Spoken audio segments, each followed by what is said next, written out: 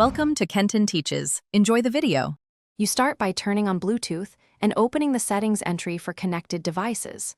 Once done, tap Bluetooth to view paired and available devices, then select the gear icon or three-dot menu next to your device entry.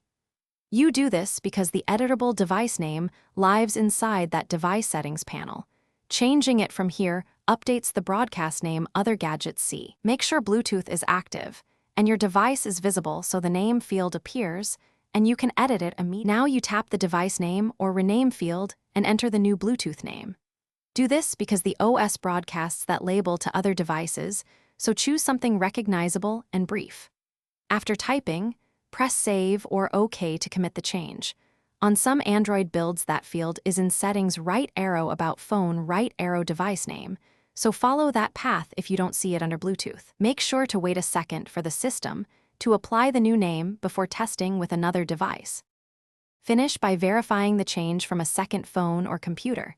Scan for Bluetooth devices and confirm the new label appears. If it still shows the old name, toggle Bluetooth off and on, or restart your phone to force a refresh. Make sure to unpair and repair devices when names lag. If problems persist, clear the Bluetooth cache or storage in app settings. This single troubleshooting tip often resolves stale name broadcasts without losing paired credentials or requiring deeper resets.